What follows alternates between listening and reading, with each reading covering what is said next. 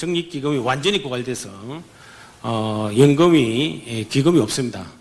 기금이 없어지는 의미에 대해서 오늘 말씀을 드리는 것이 중요하고 그 의미가 단순히 연금을 못 받는 문제인지 아니면 다른 문제인지 이걸 식별하는 것이 중요하다고 생각합니다.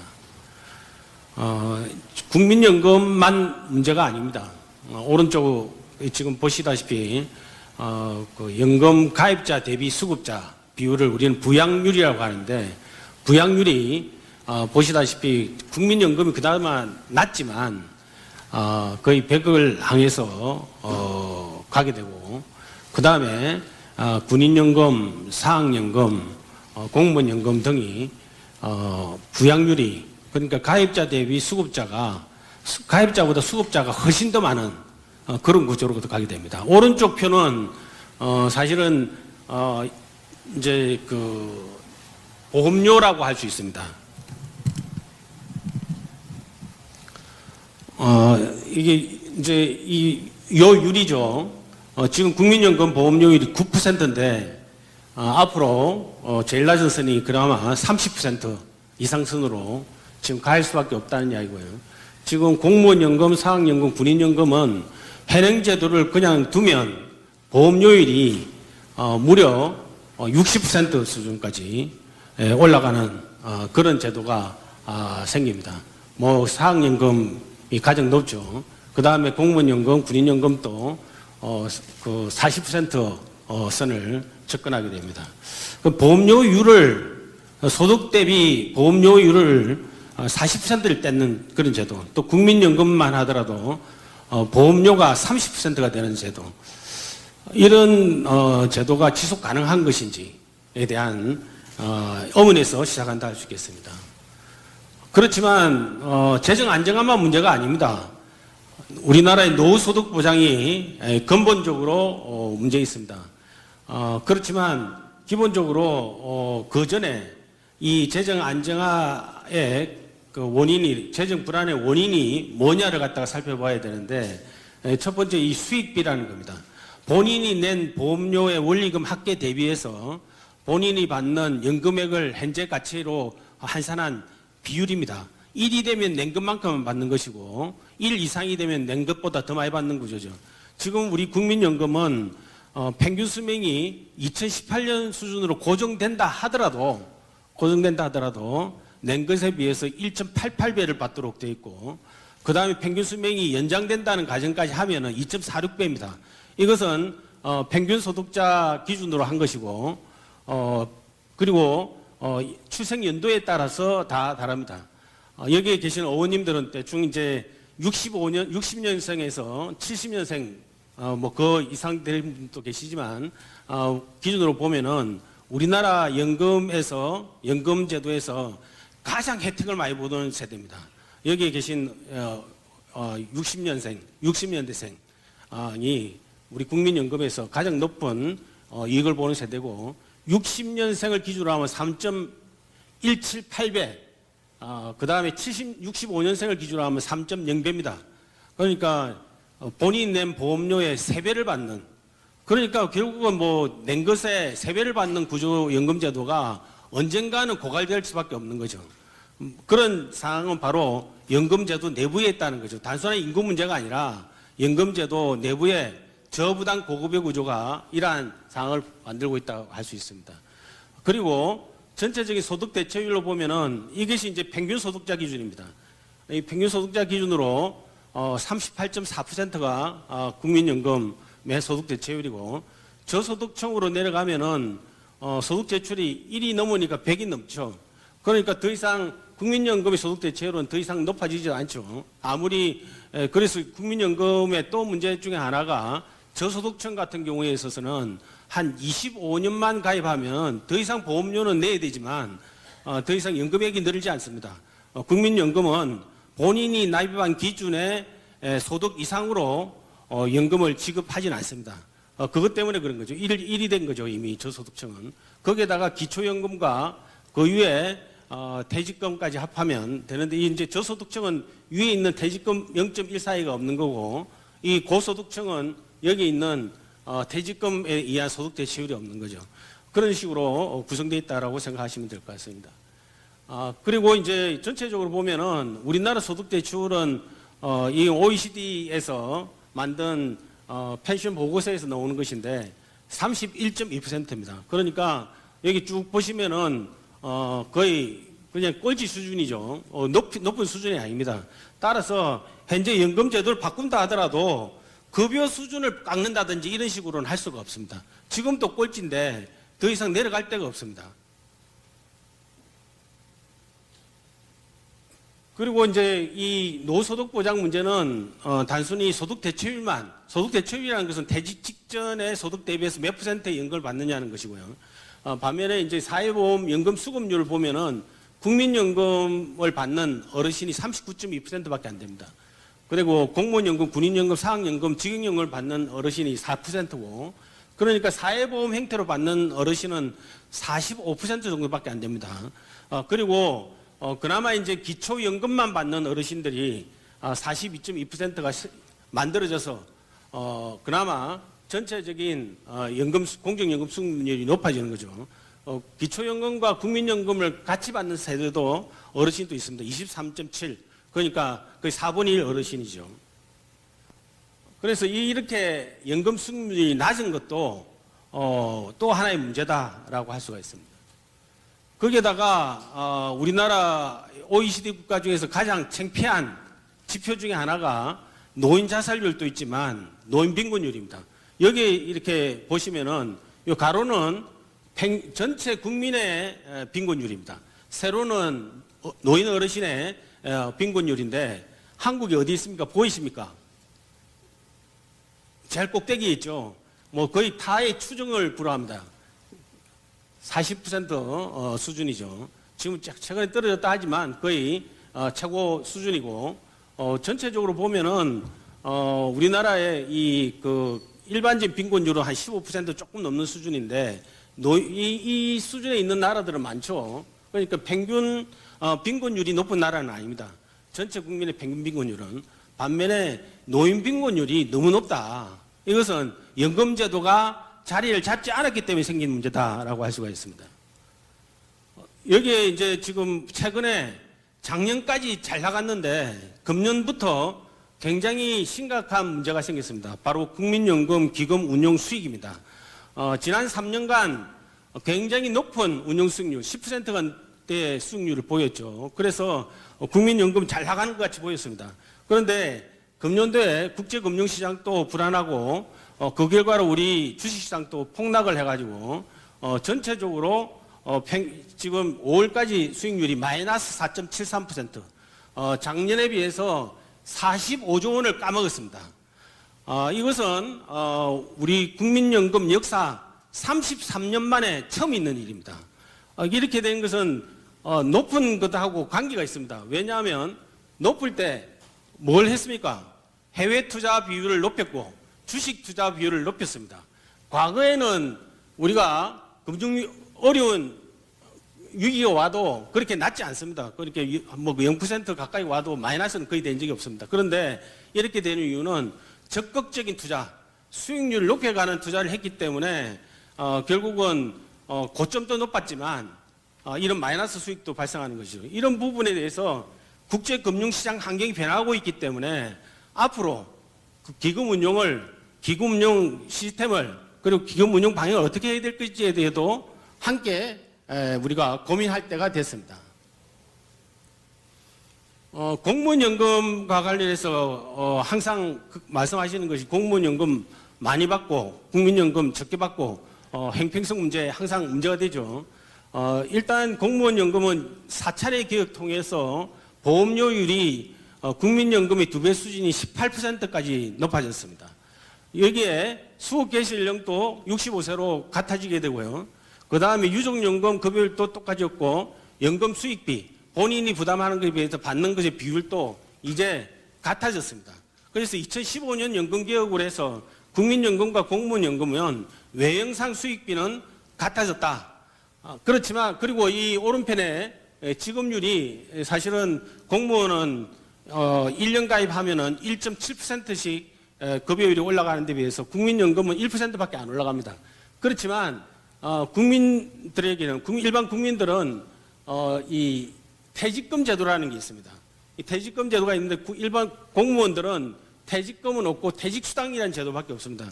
거기에다가 보험료를 9%포인트를 더 내고 있기 때문에 이것까지 감안하면 이제 급여 수준의 차이는 2015년 개혁으로 완전히 같아졌다라고 할 수가 있습니다. 이런 말씀 처음 들어보시죠? 연금개혁 대안입니다.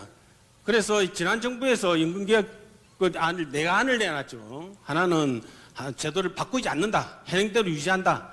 그래서 두 번째는 기초연금만 올린다. 세 번째로는 노후소득 강화, 오히려 급여 소득 대체율을 높이겠다. 45%로. 그 다음에 두 번째는 50% 높이겠다는 네 가지 안을 내놨습니다. 지난 정부가 연금개혁을 안 했다고 이야기하는데 했습니다. 뭐냐면 네 가지 개혁 대안 중 현행 유지 방안을 선택했습니다. 그래서 안 한 게 아닙니다. 자꾸 안 했다고 하는데 네 개의 안을 내놓고 첫 번째 안을 선택하신 겁니다.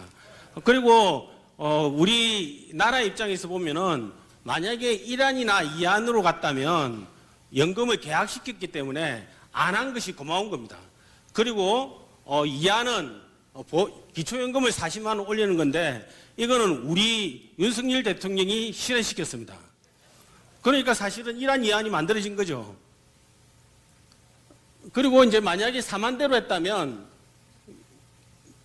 보험료율이 12%까지밖에 안 올리는 건데 결국은 이렇게 적립기금 고갈연도가 5년 정도 길어지고 그냥 고갈되어 버립니다. 거기다가 부가방식 보험료라고 해서 보험료 만약에 적립기금이 고갈되면 올려야 될 보험료율은 이렇게 높아져 버립니다.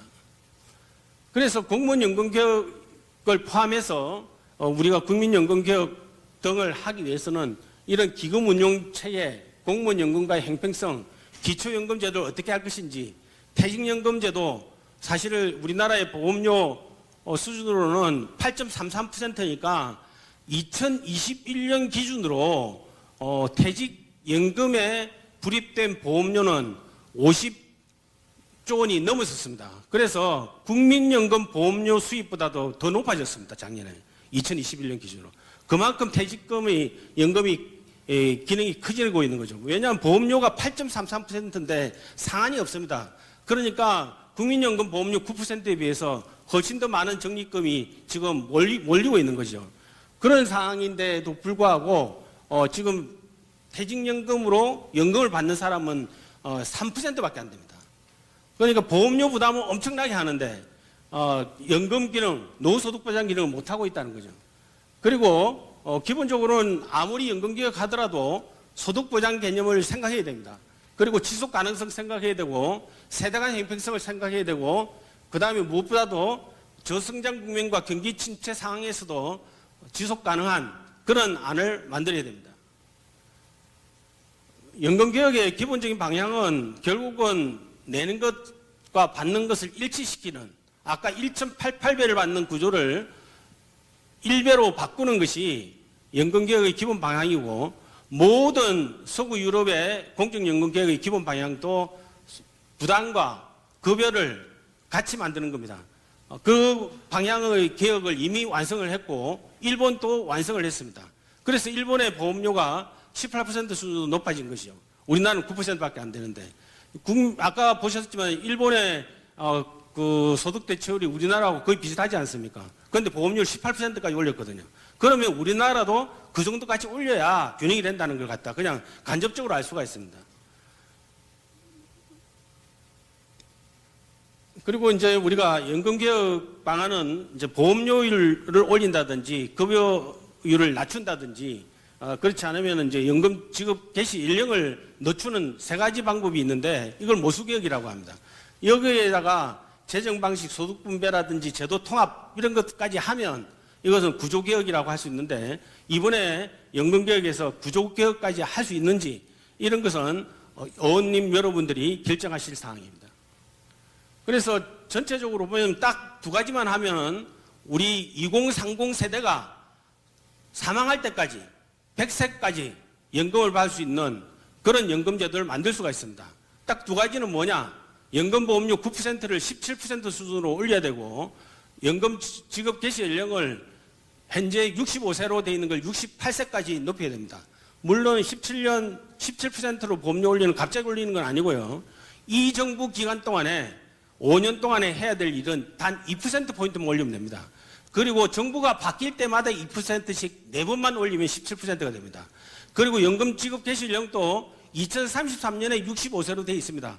그렇지만 2038년부터 66세, 2043년부터 67세, 2048년에 68세로 이런 식으로 단계적으로 올리는 겁니다. 사실 현재 국민연금 지급 개시 연령 65세로 바꾼 것도 1998년도에 이미 계획한 겁니다. 왜 미리 계획하느냐? 미리 국민들이 아셔야 국민연금은 몇 살부터 받을 수 있기 때문에 내가 어떻게 준비해야 될 것인가에 설계가 가능하기 때문에 미리미리 해드려야 된다는 겁니다. 그래서 그냥 놔두면 올라가야 될 보험료가 요게 지금 올라가는 선입니다. 만약에 단계적으로 보험료를 올리면 17%까지만 올리면 된다는 겁니다. 그리고 이렇게 17% 이상의 보험료를 올리는 제도는 있을 수가 없습니다. 왜냐? 17%가 바로 낸 것만큼 받는 구조이기 때문에 17% 이상 보험료를 올리면은 낸 것보다 더 못 받는 구조가 됩니다. 이런 제도는 절대 존재할 수가 없기 때문에 모든 국가가 결국은 낸 것만큼 받는 구조로 전환시키는 것이고, 그리고 낸 것만큼 이상으로 보험료를 올리지 못하도록 하는 것이 연금개혁의 해야 될 일이라고 할 수가 있습니다. 그래서 이제 연금 지급 개시 연령도 아시다시피지만 1988년도에 연금제도 처음 시행할 때 기대 수명이 70세였습니다. 그런데 2016년에 82세고 오늘 2020년 기대 수명이 발표됐는데 83.5세입니다. 1988년에 비해서 몇 세가 늘어났습니까? 13세가 늘어난 거 아닙니까? 그러면은 연금을 받는 기간이 늘어난 만큼 재정 적자가 더 발생하겠죠. 그러니까 사실은 지급 개시 연령도 딱 3세 정도는 더 올려야 된다는 이야기가 바로 평균 수명의 연장과 관련된 부분입니다. 그리고 기초연금 현재 40만으로 현재 윤석열 정부가 올리겠죠. 그렇지만 이걸 그냥 그대로 갈 것인지, 안 그러면은 기초연금 소득비 연금 형태로 바꾸든지 최소 보장으로 바꾸든지, 이게 이제 스웨덴식은 최소 보장이고 일본식이 기초연금과 소득비연금으로 2009조로 가는 겁니다. 이 둘 중에 하나를 정해야 됩니다. 우리나라는 2007년도에 연금개혁할 때 어중간하게 정치적으로 타협을 해가지고 70% 국민한테만 지급하면서 또 정액으로 지급하는, 그러니까 노인빈곤 효과는 높지 않으면서 돈은 많이 드는 그리고 그런 상황들이 발생하고 있는 것입니다. 직영연금제도 통합 여부, 국민연금과 통합 여부, 이건 나중에 질문이 나올 것 같아서 답변을 미루고요. 어떻든 국민연금 보험료 올라가는 수준만큼, 그리고 연금 지급 개시 연령이 올라가는 만큼 직영연금도 똑같이 개편하면 됩니다. 개혁 방향입니다. 그래서 전체적으로 연금개혁은 이런 복잡한 정치적 그리고 사회적 경제적 구조와 연결되어 있습니다. 예를 들면 인구구조 고령화, 재정 문제, 인적 국가가 어떻게 하고 있다든지, 그 다음에 기존 제도 자체에 대해서도 어떻게 재정적인 임팩트라든지 정치적인 영향이라든지 이런 것들이 또 현재 제도를 유지하려고 하는 그런 압박이 있고요. 그 다음 정책 환경으로서 여야 구도가 어떻게 되어 있다든지, 계층 구조과 관련해서 우리나라는 특히 자영업자 비율이 높다는 것, 그 다음 국내 정치 제도의 모양이라든지 이런 것에 따라서 연금개혁 주체가 전략적 의사결정을 해서 이런 방향을 만들어야 됩니다. 그리고 연금개혁과 이해관계자는 정당, 시민사회단체, 정부, 국제기구 등 굉장히 복합적이라고 할 수 있습니다. 4차례 공무원 연금개혁, 2차례 연금개혁이 국민연금개혁이 있었습니다. 공무원 연금개혁의 특징은 보험료를 올리는 방향으로, 급여 수준은 가능한 안 낮추는 방향으로 했습니다. 마지막 4차 개혁할 때 우리가 이제 연금 지급률을 처음으로 떨어뜨렸죠. 국민연금개혁은 공무원 연금개혁하고 다르게 보험료율은 9%로 그냥 둔 상태에서 지급률만 계속 낮추는 개혁을 했습니다. 그래서 처음에는 70% 하던 걸 60%로, 60% 하던 것을 40%로 2차 개혁할 때 낮추고 있고 더 이상 이제 낮출 수 없는 그런 단계까지 왔죠. 그러면 이것만 보더라도 앞으로 국민연금 개혁의 방향은 명확한 거죠. 지급률을 더 이상 낮출 수는 없다. 급여율을 낮출 수 없다. 보험료율을 올리는 방향밖에 없다는 것을 알 수가 있습니다. 1차 연금개혁은 김영삼 대통령 때 이루어졌습니다. 이것은 그 당시 박세일 수석이 그 특명을 내려서 연금개혁을 했었고, 뭐 여러분이 잘 아시는 안종범 수석, 문영표 장관, 그리고 저가 세 사람이 같이 연금개혁 개선개혁단을 갖다가 만드는데 참여했고, 그래서 두 번째 안 이것을 갖다가 주장했습니다. 기초연금 플러스 소득연금 구조. 그래서 그렇지만 정부는 이 모수개혁 소득대체율을 40에서 53% 올리고 보험료율을 그대로 두는 안을 주장했고, 그 다음에 뭐 DC형, 이거 굉장히 민영화라는 욕을 보일 수 있는 그 사안도 나왔었습니다. 그렇지만 최종 부분은 기초연금 소득비례연금 2009조로 가자는 것이었는데, 마지막에 정치적으로 그냥 이거 다 제도개혁기획단이 논의한 걸 다 무시해버리고 그냥 연금 지급 개시 연령만 좀 올리고 그 다음에 소득대체율 10%포인트 낮추는 대로 끝났습니다. 그리고 2차 개혁은 바로 이제 그 노무현 대통령 있을 때 했었는데, 노무현 대통령이 추진한 개혁안은 이겁니다. 보험료율을 15.9%까지 올리고 소득대체율을 10%포인트 떨어뜨리는 모수개혁안이었습니다. 이것을 저지한 정당이 바로 우리 당입니다. 우리 당에서 적극 저지해서 이거 뭐 재정 안정화 해야 된다. 그렇지만 더 중요한 것은 노인 빈곤이 문제부터 해결해야 된다.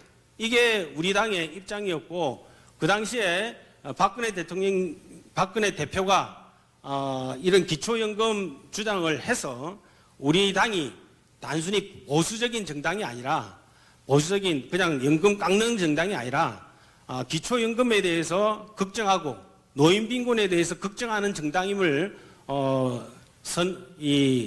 알리는 그런 계기가 됐던 것입니다. 그래서 그렇지만 결국은 합의해서 기초연금제도 10만 원, 70%에게 7만 주는 안, 소득대체율 40%로 낮추는 이 개혁안이 또 만들어졌죠. 그 다음에 이제 공무원연금 개혁은 지금 우리 그 비대위원장님이신 주 위원장님이 위원장으로 이 연금개혁 공무원연금개혁위원회 위원장으로 계셨고, 그래서 우리는 이제 연금제도 일원화를 주장했습니다. 그렇지만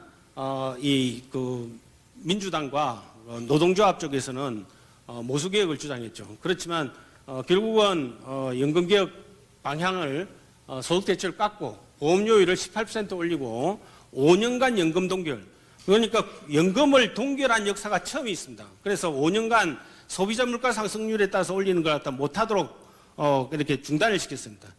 그런데 이때 이 기간 동안에 물가가 너무 안정이 돼가지고 6%밖에 못 깎았습니다. 실제로는 저희가 계산할 때는 소비자 물가 3%씩 있어서 한 15%까지 깎을 수 있다고 생각했는데, 그러다 보니까 추가적인 연금개혁 필요성이 더 생긴 겁니다. 그래서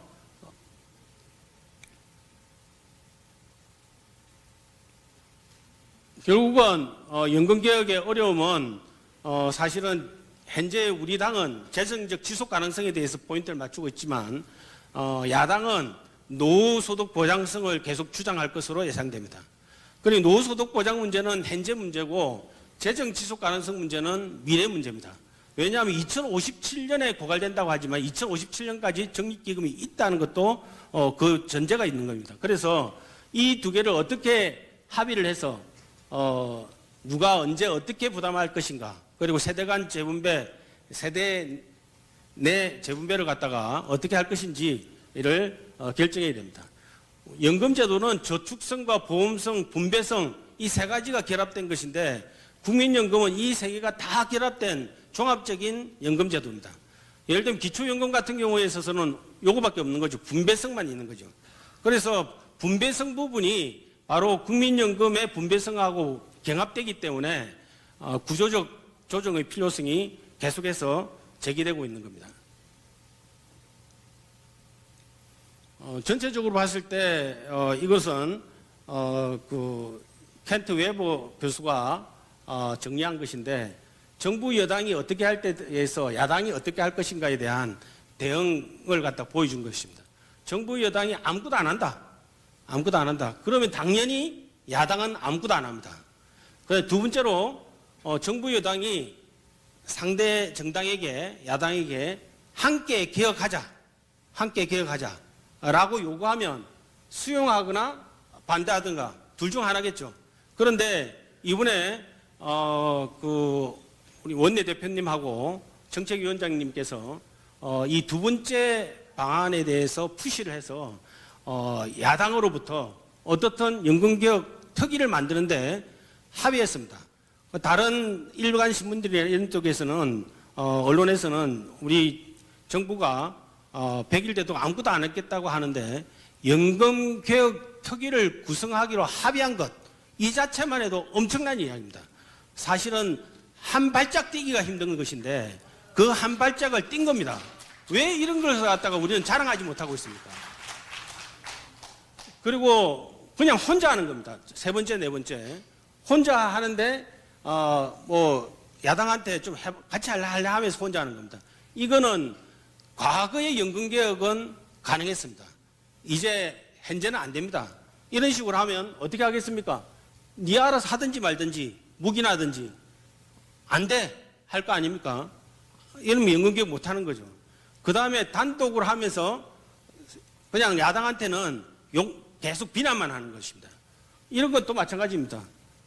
협력에 동의하는 아주 굉장히 합리적인 야당이 있다면 이렇게 해도 되는데 그렇지 않으면 안 되는 거죠. 그래서 결국은 두 번째 방안밖에 없고 그 두 번째 방안의 첫걸음이 이미 시작됐다 하는 점에서 큰 의미가 있다고 하겠습니다. 그래서 전체적으로 공적연금개혁위원회가 만들어졌고 국회에서 이 연금개혁위원회에서 이런 목표를 가지고 중요한 것은 투명한 합의 과정과 팩트에 기초한 상대방에 대한 설득이 필요합니다.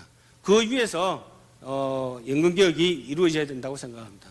그래서 연금개혁특위가 여야 국회의원 6명씩 플러스 1 해서 13명의 연금개혁특위가 만들어졌습니다. 그리고 이제 앞으로 민간기구를 구성하는 문제가 남아 있습니다. 그리고 연금개혁 로드맵 이 국민들과 함께하는 과정입니다.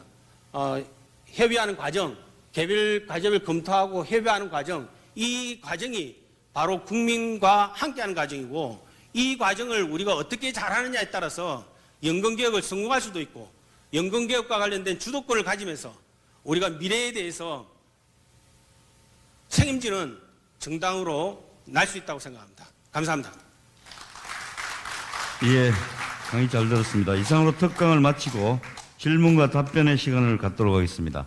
질문 있으신 분은 김상훈 의원님 먼저.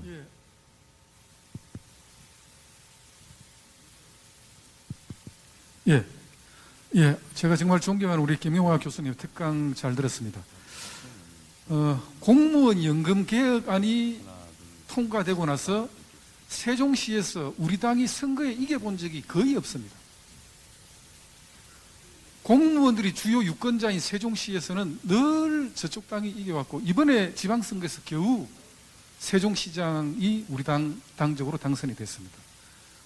우리 당은, 우리 보수파 정당은 늘 집권하면 연기금 저금통에 돈을 계속 적립하는 그걸 하는데 정권이 절로 넘어가면 그 저금통 깨뜨려가지고 흥청망청 쓰는 이 악순환이 되풀이되고 있어요.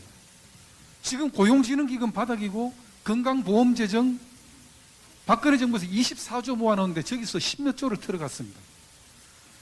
2057년에 고갈이 예상되는 이 연금을 우리 당이 다시 드라이버를 거는 데는 저는 완급 조절과 국민들 정서를 고려해야 될 필요가 있다. 더 내고 덜 받거나 더 내고 늦게 받는 이 개혁안 좋아할 국민 아무도 없습니다. 우리는 윤석열 정부 성공하는 정부 되려면 다시 우리 당의 후보가 다음에 대선 당선되는 게 가장 중요합니다. 정권 다시 넘어가면 아무것도 남아나지가 않아요. 그래서 연금개혁 특위가 정말 잘 발족하고 스타트를 했지만 연금개혁안의 내용은 우리 국민들의 정서를 고려해서 완급과 또 어떤 그런 여러 가지 좀 정서를 충분히 헤아리는 그런 개혁 행보가 필요하다 이렇게 생각을 합니다. 거기에 대해서 우리 교수님 의견 좀 여쭙고 싶습니다. 네. 김상훈 의원님 말씀 100% 오롯이 말씀이시고요. 뭐 전혀 뭐 다른 이의는 없습니다. 다만 일반적으로 생각하면 연금개혁 하려고 하면 표 떨어진다라는 것이 일반적인 생각이고 일반적인 정서인 것 같습니다. 그렇지만 지금 2022년 8월 25일 시점으로는 연금개혁을 안 한다고 하면 표 떨어집니다. 그러니까 연금개혁이 표가 떨어질 때는 언젠가 하면 연금개혁에 합의하는 순간입니다. 연금개혁을 시작하는 순간에는 연금개혁 표가 안 떨어집니다. 그리고 연금개혁을 안 하면 표가 떨어집니다. 그래서 연금개혁을 일단 시작은 해야 된다는 것이 중요합니다. 그리고 합의는 어차피 여야가 아까 제가 연금개혁과 관련된 정치적 그 상반관계를 말씀드렸듯이 우리 홀로 연금개혁안 통과시킬 수도 없죠. 여소야다이기 때문에. 그렇지만 여대 야소 국면 나중에 2년 후에 국회의원 선거에서 우리가 대승해서 여대 야소 국면이 되더라도 홀로 통과시킬 수 없습니다. 연금개혁은 여야 합의로 통과시켜야 됩니다. 그렇게 되면 그 합의안에 대해서 여와 야가 함께 국민들로부터 부담을 같이 받게 됩니다. 그래서 우리가 연금개혁을 여야 합의해야 되는 이유가 바로 그런 점에 있다라고 할 수 있겠습니다. 예, 다음 박수영 의원님 질문해 주시기 바랍니다.